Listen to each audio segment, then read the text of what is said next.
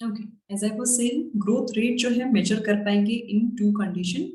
First is arithmetic and geometric. So arithmetic में अब तक क्या देखा, द फॉर्मूला, जिस कॉन्सेप्ट पे फॉर्मूला बना है, L T is equal to L not plus R T. ये आपका मेन डिफाइनिंग फॉर्मूला है।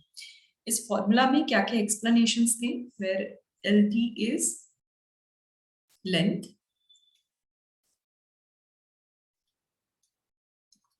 then L naught,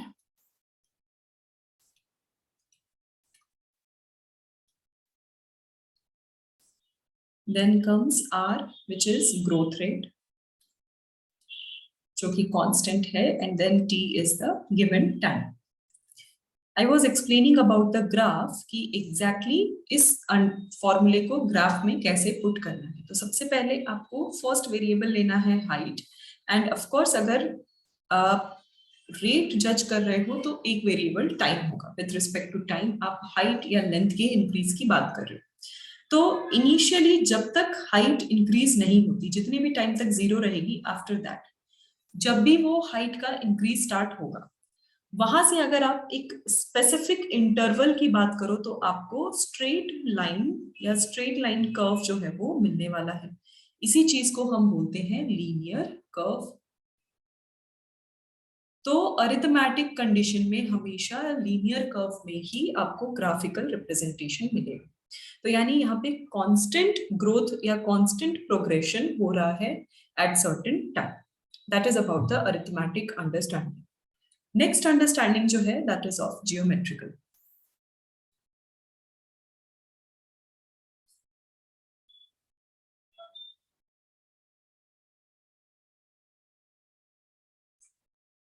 अब जियोमेट्रिकल अंडरस्टैंडिंग अगर है, मतलब डिफरेंट डिफरेंट स्पीशीज का जो ग्रोथ रेट है, हम उसके कंपैरिजन की बात कर रहे हैं।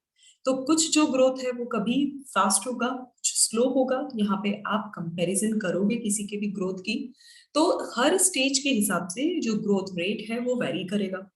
अब ये जो ग्रोथ रेट है, यहाँ पे हमने दूसरा वेरिएबल जो साइज है उसके लिए जो फैक्टर हमने कंसिडर किया है that is the availability of nutrition. यानी जितना ज्यादा आप स्पेस रखोगे या जितने ज्यादा फैक्टर्स आप ऐड करते जाओगे, उतना ज्यादा ही ग्राफ भी कॉम्प्लिकेटेड होगा, ग्राफ का रेट भी चेंज होगा। तो यहाँ पे सबसे पहली चीज हमने देखी कि अंडरस्टैंडिंग क्या रखी कि जो ग्रोथ है initially it begin slowly. Initially ये स्लो होगा, देन वो फास्ट या रैपिड ग्रोथ में एंटर कर जाएगा।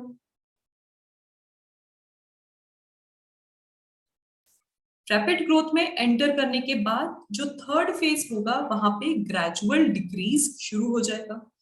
ग्रेजुअल डिक्रीज होना यानी अगर आप सुपरफिशियली देखोगे ब्रॉड ब्रॉड टर्मिनोलॉजी पे, तो कभी कभी सैचुरेशन लिमिट आ जाती है, तो ग्रोथ रेट जो होगा वो सेम हो जाएगा। सेम होना यानी डेथ, कितने नए सेल बन रहे हैं और कितने पुराने सेल डैमेज हो रहे हैं, उनका रेशियो कॉमन हो गया, सेम हो गया।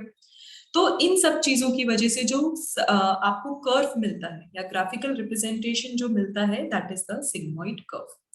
अब सिग्मॉइड कर्व में क्या हो रहा है, जिस मोमेंट ग्रोथ या सर्टेन साइज जो है वो स्टार्ट हुआ, वहां से हम कंसिडर करेंगे, एंड देन एक एस लाइक स्ट्रक्चर आपको मिले। तो ऐसा अगर ग्राफ मिलता है दैट इज द सिग्मॉइड। यहाँ पे again certain size of organ की बात कर रहे हैं, उसका लेंथ या कोई भी डायमेंशन के इंक्रीज होने के बारे में बात कर रहे हैं विथ रिस्पेक्ट टू टाइम। जो फर्स्ट फेज की बात की which will begin slow, that is the first phase which is the lag phase. तो ये कंडीशन है लैग फेज का। सेकेंड पार्ट यानी रैपिड ग्रोथ के बारे में जब हमने डिस्कस किया, that is going to be the exponential या फिर log phase. And third understanding हमने रखी कांस्टेंट ग्रोथ की या फिर ग्रेजुअली अब चीजें जो हो रही है वो सेम हो रही हैं, तो स्टेशनरी फेज।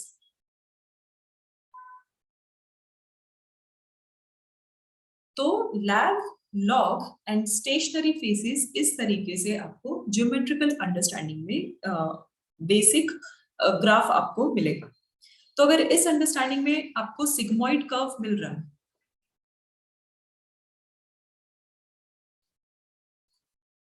तो उस पर्टिकुलर सिग्मॉइड कर्व में जो फॉर्मूला आप डिपिक्ट करोगे that will be slightly different, यानी आपका जो मेन लीनियर कर्व का फॉर्मूला है उससे थोड़ा सा चेंज आ जाएगा, क्योंकि अब लॉग की स्टडी करनी है। अगर लॉग की स्टडी करनी है तो पावर में चीजें आ जाएंगी, क्योंकि जब रैपिड ग्रोथ हुआ है तो कहीं ना कहीं इनफाइनाइट यानी कैलकुलेशन जो है वो बहुत ज्यादा चेंज हो रहा है, गैप और नंबर जो है बहुत चेंज हो रहा है as compare to lag and stationary. तो यहाँ पे जब पावर में चीज आ रही है तो formula will be W T is equal to W naught E R T. अब ये है क्या? सबसे पहली चीज W T is the final size, it is the final size जिसके बारे में हमें एक पर्टिकुलर टाइम पे जज करना है। हमें पता नहीं है कि एग्जैक्टली साइज क्या होगा, we are predicting. Then W naught will be the initial size जहां से हमने शुरुआत की थी। Then R is the again growth rate. यही ग्रोथ रेट जो है इसको आप बोलोगे एफिशिएंसी इंडेक्स। देन दूसरी चीज T is time of growth, जिस टाइम पे आप जज करने वाले हो उस टाइम ऑफ ग्रोथ पे क्या होगा। Then E, it is the main base of log, log base के बारे में बात कर रहे हैं। तो ये हो गया आपका ओवरऑल फॉर्मूला। अब ये जो फॉर्मूला है इसमें जो आर है, ग्रोथ रेट जो है इसका मीनिंग क्या हुआ? Growth rate is the ability of plant to produce new plant. There was one scientist Blackman, उन्होंने एक थ्योरी निकाली कि कभी भी अगर ग्रोथ रेट को आप देख रहे हो तो साथ ही साथ प्लांट की कैपेबिलिटी को भी जज करना होगा, which will be the two produce new plant. तो वही एबिलिटी जो है उसको हम एफिशिएंसी कहते हैं। This ability is nothing but the efficiency. तो अगर फॉर्मूले से बाहर भी इसको समझना है तो इसी ग्रोथ रेट से पर्टिकुलर प्लांट का नेचर और उनका प्रोजेनी फॉर्मेशन, नया जनरेशन का फॉर्मेशन, इस बात की अंडरस्टैंडिंग या कंपैरेटिव स्टडी कर पाओगे। So these two are the basic two types of growth rate, जिस फॉर्मूले से ये डिफाइन किया जाता है या प्रेडिक्ट किया जाता है कि फ्यूचर में उस पर्टिकुलर प्लांट का ग्रोथ या साइज जो होगा वो कितना होगा, what will be the final size. इतना समझ में आया? Any doubt?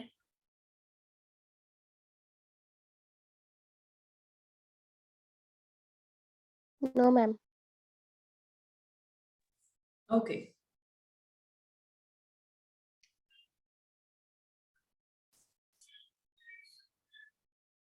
Okay, if there is no doubt then इसी ग्रोथ रेट में एक अंडरस्टैंडिंग रखेंगे क्वांटिटेटिव कंपैरिजन की। इन्हीं फॉर्मूलाज को टाइमली यूज कर कर दो रफ कैटेगरीज हमने रखी हैं टू अंडरस्टैंड। जब डेटा बनाया जाता है या स्टोर किया जाता है तो पहले किसी भी इनिशियल डेटा को स्टैंडर्डाइज करते हैं। स्टैंडर्डाइज करना मतलब जैसे यूनिट्स जो है आपके, वो यूनिट्स उनका मेजरमेंट इतनी चीज को इतना ही बोलते हैं, कितना स्मॉलर साइज को यूनिट रखेंगे या लार्ज साइज को यूनिट रखेंगे ये अब स्टैंडर्डाइज कर लिया गया है। जैसे 1 किलोमीटर इतना ही डिस्टेंस होता है, ये बात को स्टैंडर्डाइज किया होगा पहले, माइल्स, किलोमीटर और भी दूसरी चीजें जो है उन सबको स्टैंडर्डाइज किया, यानी हर जगह यूनिवर्सली उसे कॉमन बनाया। तो यहाँ पे भी अगर प्लांट की भी ग्रोथ रेट को आप जज करोगे तो सर्टेन स्पीशीज का जो ग्रोथ रेट होगा वो सेम सेम होगा through out the geographical area, चाहे वो नॉर्थ में हो साउथ में हो, अगर वो सेम स्पीशीज है तो उसका ग्रोथ रेट कहीं ना कहीं सेम होगा। तो ऐसे डेटा को जब स्टोर करते हैं तो दो तरीके का स्टोरेज होता है। पहला है एब्सोल्यूट अंडरस्टैंडिंग, यानी absolute quantitative growth, and second is relative growth.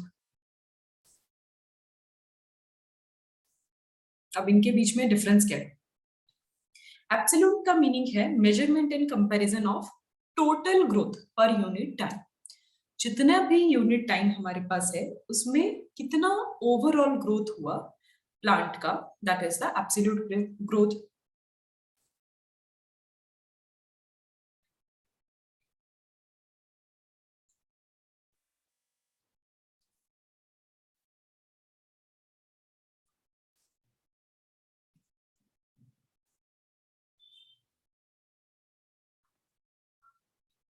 ये हो गया first one. Second is relative. अब रिलेटिव में क्या हो रहा है? Growth of given system per unit time on common basis. आपके पास ऑलरेडी एक डेटा है और आपने एक नई स्पीशीज या नए प्लांट के डेटा को जब कंपेयर करना स्टार्ट कर दिया, तो जब वो कंपेयर किया with the already established data, उस चीज को हम बोलते हैं रिलेटिव. रिलेटिव का मीनिंग ये हुआ कि हम किसी रेफरेंस को यूज कर कर उसको साथ रिलेट करने की कोशिश कर रहे हैं. कितना डिफरेंस हुआ, क्या डिफरेंसेस आए, तो डिफरेंसेस से हम फॉर्मूला क्रिएट करेंगे या फिर सर्टेन फैक्टर्स के पॉजिटिव या नेगेटिव होने की कंडीशन को जज करेंगे. तो अगर कभी भी ऑलरेडी एक एस्टेब्लिश्ड डेटा से किसी नए डेटा को कंपैरिजन करना होगा, that will be the relative growth.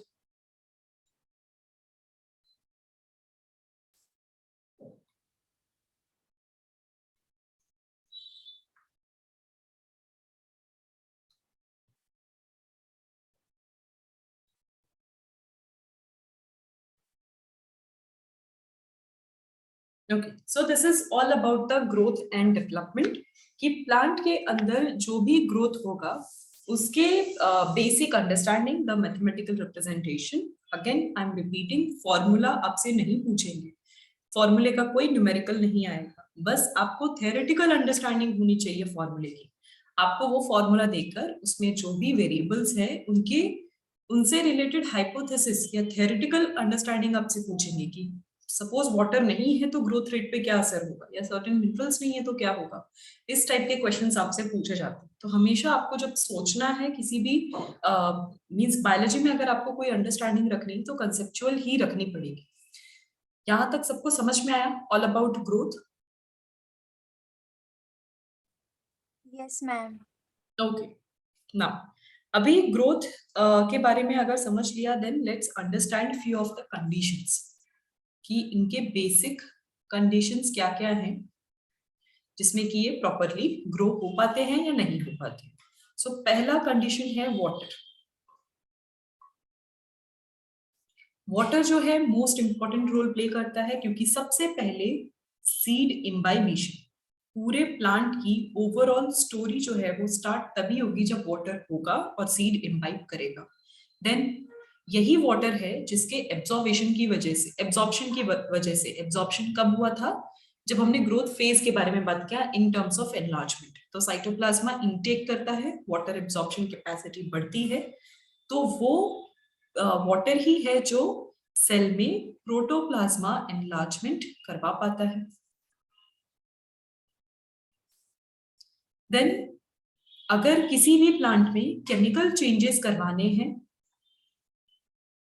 तो यही वो वाटर है जिसका स्प्लिटिंग होगा. So splitting of water is which reaction? Anyone? अगर वाटर स्प्लिट हो रहा है तो हाइड्रोलाइसिस. राइट. सो वाटर अपने आप को हाइड्रोलाइज करवा के एनर्जी दिलवाने में या फिर हायर एनर्जी मॉलिक्यूल के फॉर्मेशन को करवाने में रिस्पॉन्सिबल है. So that is the main reasons कि वाटर का इंपॉर्टेंस इतना जरूरी है. Second factor, oxygen. So oxygen again important, क्योंकि यही है जो मेन केमिकल एनर्जी को रिलीज करवाने में हेल्प करेगा. Because electron transport system both at the time of photosynthesis and also in respiration, यहाँ पे ऑक्सीजन ही है जिसने ओवरऑल इलेक्ट्रॉन एंड प्रोटॉन के ट्रांसपोर्टेशन में हेल्प किया, इलेक्ट्रॉन ट्रांसपोर्ट सिस्टम को प्रॉपरली चैनलाइज करवाया. So oxygen is important. Then aerobic respiration initially start तो होता है एनारोबिक से,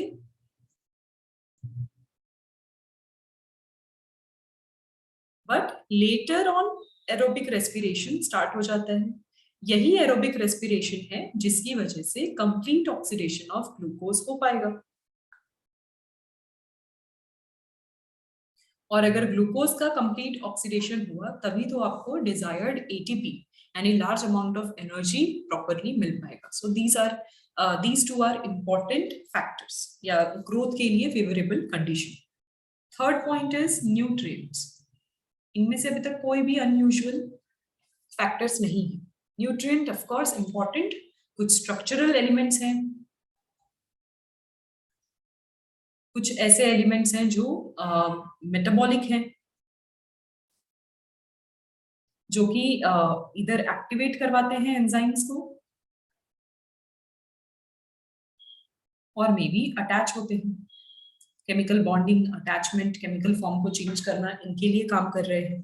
then some of the elements, minerals are the source of energy, जैसे इनऑर्गेनिक फॉस्फेट, हाइड्रोजन, इन सबका अटैचमेंट जरूरी है। कुछ NADH को अटैच होगा, कुछ FAD को होगा। Then inorganic phosphate GTP and ATP को अटैच्ड होंगे। So that's why nutrition is important. So ये इनऑर्गेनिक मॉलिक्यूल्स जो हैं, या फिर कह लो कि कुछ ऑर्गेनिक मॉलिक्यूल्स जो कि स्ट्रक्चरल फॉर्मेशन करवाएंगे, दे आर इंपॉर्टेंट, एंड इसी वजह से सेल डिविजन आगे प्रमोट होता है। The next part is temperature. Again temperature is important. कहीं भी किसी भी प्लांट के लिए optimum temperature is always required.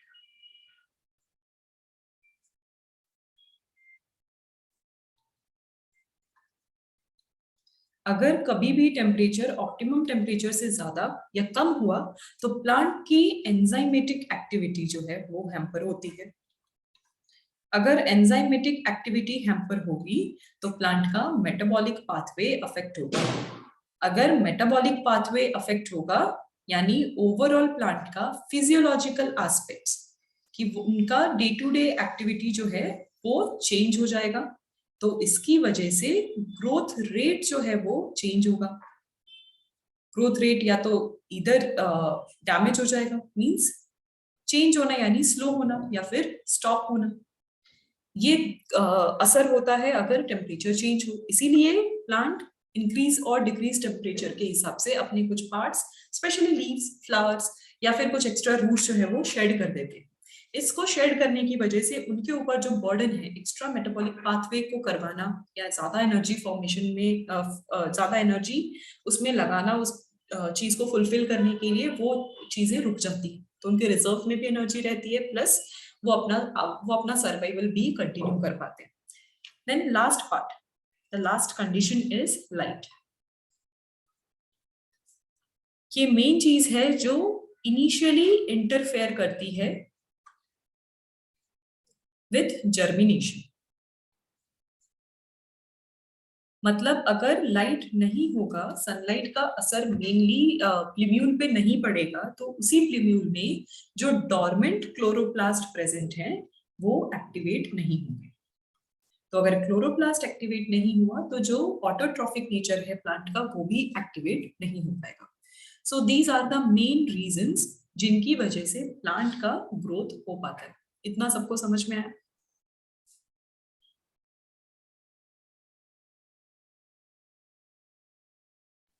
Yes, ma'am. Okay, अगर ये बात समझ में आई, किसी को लिखना है, कोई स्लाइड देखनी है वापस?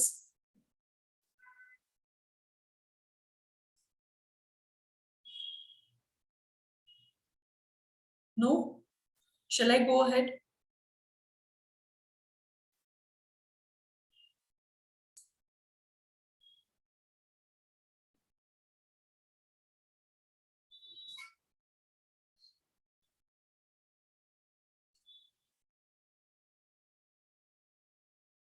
Okay, next part is about the growth pattern.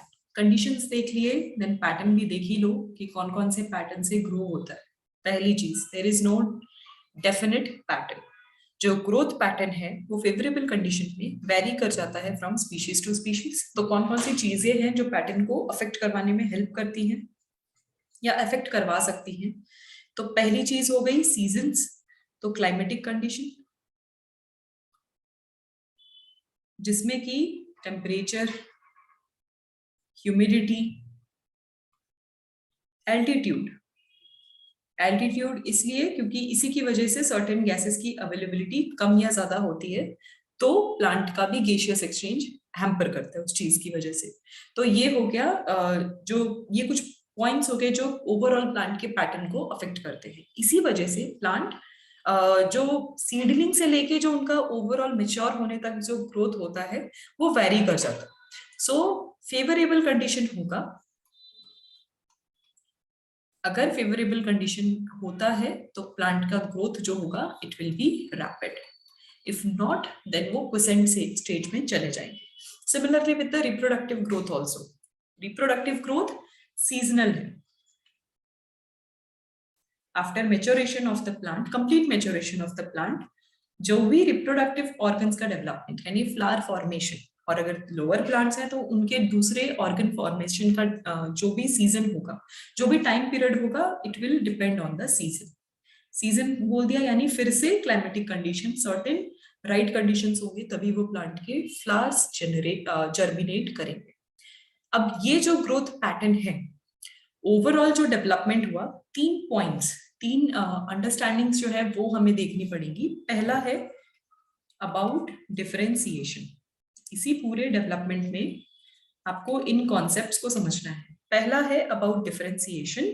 So differentiation में मेरिस्टेमेटिक टिश्यूज जो है अपने आप को मैच्योर करवा के परमानेंट करवाने की कोशिश कर रहे हैं.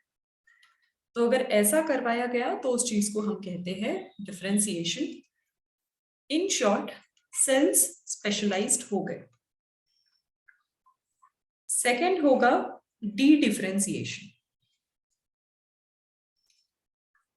अगर डी डिफरेंशिएशन हो रहा है तो मतलब कि जो परमानेंट टिश्यूज हैं, they are getting the capacity to be divided again.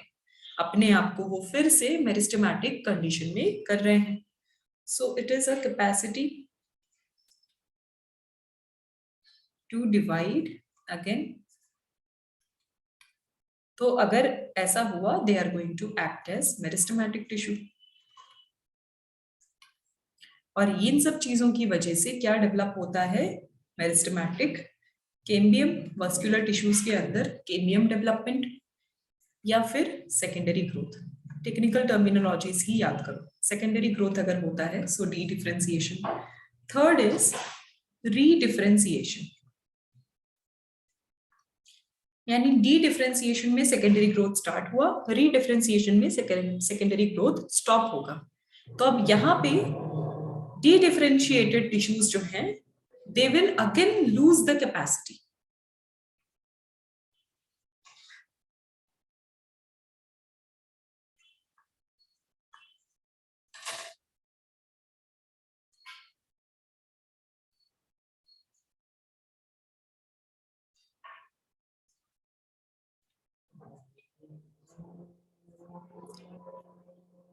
If de-differentiated tissues will again lose the capacity of division, तो वो कंडीशन हो जाती है रीडिफरेंशिएशन.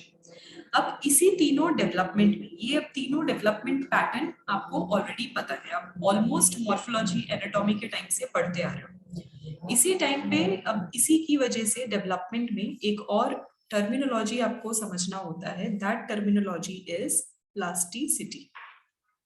अब प्लास्टिसिटी का मीनिंग क्या है? कि जब भी किसी भी प्लांट में अपने लीव्स को चेंज करने की कैपेसिटी हुई, टू चेंज लीव्स फॉर्म, या फिर उनका शेप, या फिर size, based on some of the environmental condition. अगर उस कंडीशन की वजह से लीव्स में अपनी कोई भी फॉर्म एंड फीचर्स को चेंज करने की कैपेसिटी है, या फिर एक ही प्लांट में अलग अलग टाइप के लीव्स प्रेजेंट होने की कैपेसिटी है, उस चीज को बोलते हैं हेटेरोफिली. इसी हेटेरोफिली के फिनोमिना को प्लास्टिसिटी कहा जाता है. That phenomena is known as plasticity. So this is the overall development. तो ये 3 आपके रेगुलर ग्रोथ या डेवलपमेंट प्रोसेस है. साथ ही एक एडिशनल प्रोसेस है. ये कब होता है? जब ओवरऑल प्लांट अपने आप को डेवलप करवाता है. ये अभी भी सेलुलर या टिश्यू लेवल पे बात कर, ये मैं पूरे प्लांट को as a whole terminology consider करवाने की कोशिश कर रही हूँ कि जब ऐसा होगा, जब पूरे प्लांट का ग्रोथ हो रहा होगा, तब वो प्लांट जो है एनवायरमेंटल चेंज की वजह से अपने एंटायर बॉडी या अपने फॉर्म्स एंड फीचर्स को वो चेंज कर देता है. So that condition is known as plasticity. इतनी बात समझ में आई?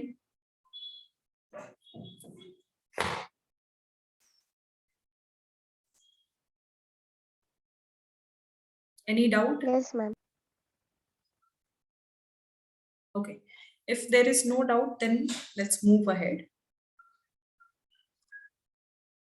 ना अभी next part is related to the hormones. अभी हॉर्मोन्स जो है वो मैं कल आपको पूरा बताती हूँ। उससे पहले कुछ टर्मिनोलॉजीज जब हम कर रहे हैं, प्लास्टिसिटी कर ही लिया है, हार्मोन का बेसिक अंडरस्टैंडिंग सब लोग रखते हो, तो एक और चीज अब देख ही लो about few of the physiological aspects. जो हार्मोन्स हैं they are the plant regulators. Regulators में दो चीज होती है, प्रमोटर्स एंड इनहिबिटर्स। तो ये जो प्रमोटर्स एंड इनहिबिटर्स है ना, इनकी स्टडी हम कल करेंगे। It means I am talking about hormones. जो हमारे 5 हॉर्मोन्स हैं they are auxin, gibberellin, cytosine, abscisic acid and ethylene. ये हॉर्मोन्स की स्टडी, इंडिविजुअल इनका कैरेक्टराइजेशन हम कल देखते हैं। आज हम कुछ और फिजियोलॉजिकल एस्पेक्ट्स देख लेते हैं। फिजियोलॉजिकल एस्पेक्ट्स में सबसे पहली चीज है, फर्स्ट चीज जो आपको पढ़नी है, that is related to photoperiodism. Okay, anyone from the class, किसी को याद आ रहा है फोटो पीरियोडिज्म का मीनिंग क्या था? Yes, ma'am. Yes. It's physiology of flower. In that long day plant, short day plant, okay neutral day plant. Okay, means based on the sunlight किसी भी प्लांट का फ्लावरिंग फॉर्मेशन कब होगा कब नहीं होगा, या प्लांट के बेसिक सनलाइट एक्सपोजर का ड्यूरेशन जो है उस पर डिपेंड करता है फ्लावरिंग या फिर reproductive activation of reproductive phase. तो उसी फिजियोलॉजी को हम बोलते हैं फोटो पीरियोडिज्म। यहाँ पे जो फर्स्ट कंडीशन है, it is the long day plant. Long day plant का मीनिंग क्या हुआ कि यहाँ पे जब length of the day exceeds, overall जो डे लाइट का ड्यूरेशन है वो अगर एक्सीड कर रहा है, लॉन्गर पीरियड के लिए हो रहा है, तभी प्लांट में फ्लावरिंग होगा।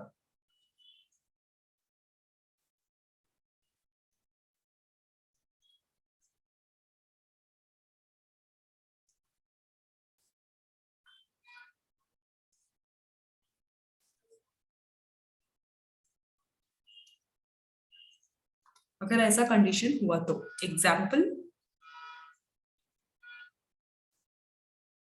spinach, radish, then maize, wheat, सबसे important. So they are known as summer plants.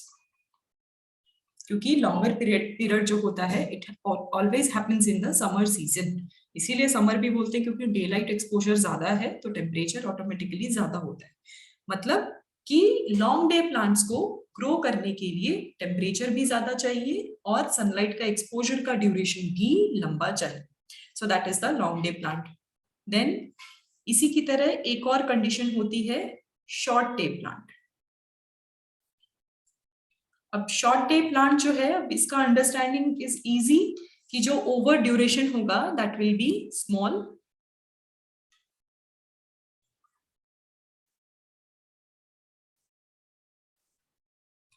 दूसरी चीज, नॉर्मल दूसरे लैंग्वेज में इसको आप बोलोगे winter plants. Example sugar cane, that's why winter season में सबसे ज्यादा शुगर केन होता है।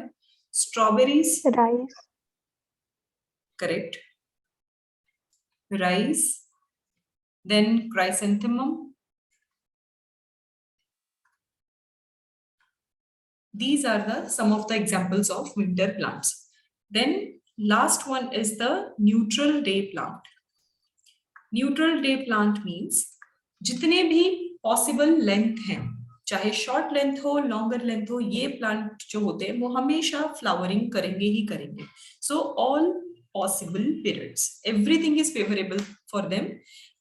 मीन्स लेंथ ऑफ डे और सनलाइट का कितने एक्सपोजर है वो कभी उनके फ्लावरिंग को अफेक्ट नहीं करता। सो ऐसे प्लांट्स को इसीलिए आप पूरे सीजन देखोगे। Example is cucumber, tomato, cotton, Sunflower. Good, sunflower. These are few of the examples जो न्यूट्रल डे प्लांट में आते हैं। इतनी बात सबको समझ में आई? Long day, short day, any doubt?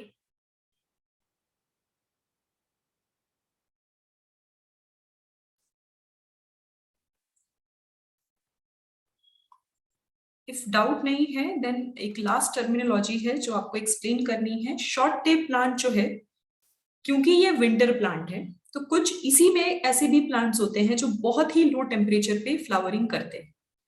Means sometimes very lower temperature is required for flowering. तो उन प्लांट्स को, उन स्पेशल कैटेगरीज वाले प्लांट्स को बोलते हैं वर्नलाइजेशन। जो फ्लावरिंग फॉर्मेशन होगा इन लो टेम्परेचर, उस मैकेनिज्म को आप बोलोगे vernalization. Very important terminology. So vernalism मतलब वो फिनोमेना लोअर टेम्परेचर पे जो ग्रो हुआ, और उस ग्रो होने वाले प्रोसेस को आप बोलोगे वर्नलाइजेशन। ये कनेक्टेड है शॉर्ट डे प्लांट से। तो जो भी ये एग्जांपल्स हैं, इनमें से कुछ ऐसे हैं जिनको काफी लोअर टेम्परेचर की रिक्वायरमेंट होती है for the growth. So this is the all about the physiological aspects. तो यहाँ पे मैंने फिजियोलॉजी ऑफ फ्लावर के बारे में आपके साथ डिस्कस किया। डिफरेंशिएशन, डी डिफरेंशिएशन, ये टर्मिनोलॉजीज तो already rest of the plants जो हैं, मेरिस्टेमेटिक टिश्यूज, परमानेंट टिश्यूज, बाकी जो जितने भी टाइप के सेल्स आपने पढ़े हैं, उनके ग्रोथ से रिलेटेड वो सारी चीजें थी। फ्लावर के भी ग्रोथ से रिलेटेड कुछ जो टर्मिनोलॉजीज हैं, या कैसे सनलाइट और उनके लेंथ का एक्सपोजर फ्लावरिंग को अफेक्ट करता है, वो भी एक चीज है जो आपको समझनी है। So this is all about related to the growth part of plant. Any doubt till here? No, ma'am. Okay. If no, then we'll do one thing tomorrow. I will explain about the, मतलब एक बार hormones related हम examples understanding रख लेंगे, तो एक fast track revision हो जाएगा। उसी के साथ हम कुछ क्वेश्चन आंसर्स प्रैक्टिस करेंगे। सो अगर हमने प्रैक्टिस नहीं किया है then I have some good questions, so let's understand also some of the questions. तो इस पूरा चैप्टर का जो final revision plus question practice, that will be finished. कितने बच्चे हैं जिन्होंने एनसीईआरटी की बुक से पढ़ा है ये सारे फिजियोलॉजिकल चैप्टर्स? बॉटनी की बात कर रही हूँ, not zoology. One student. What about others? बहुत कम स्टूडेंट आज कनेक्ट हुए हैं। कितने बच्चे? So out of 6 student only one is studying properly. What about other?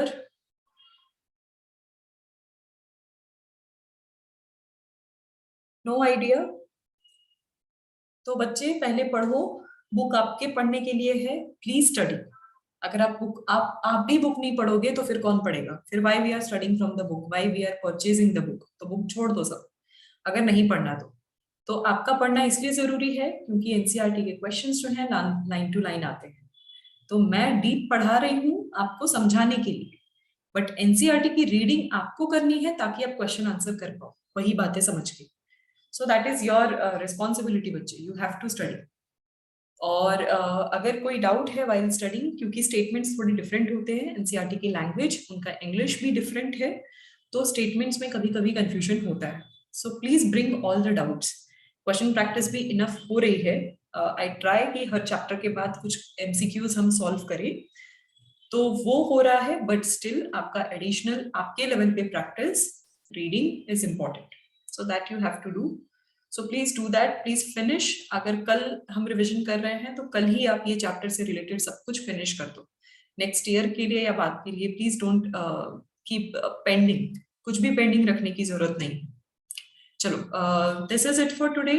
C you guys tomorrow morning long day plant में।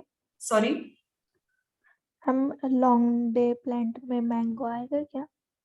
लॉन्ग डे प्लांट में yes definitely mango भी और आएगा। वर्नलाइजेशन में वो पाइन ट्री होते हैं ना, वो? करेक्ट करेक्ट करेक्ट, वर्नलाइजेशन में पाइन ट्री भी आएगा। करेक्ट। ओके, सो और कोई डाउट है, you can WhatsApp me any time और even call me also. That's it for today, bye everyone. And morning sessions में जितने भी बच्चे मॉर्निंग सेशन वाले हैं, जैसे जैसे हमारा चैप्टर आगे बढ़ा था, हमने पहले डिसाइड किया था, वैसा ही रहेगा। There is no change in that, बस इवनिंग में ही कोई चेंजेस हो सकते हैं। चलो, bye everyone, take care, see you tomorrow.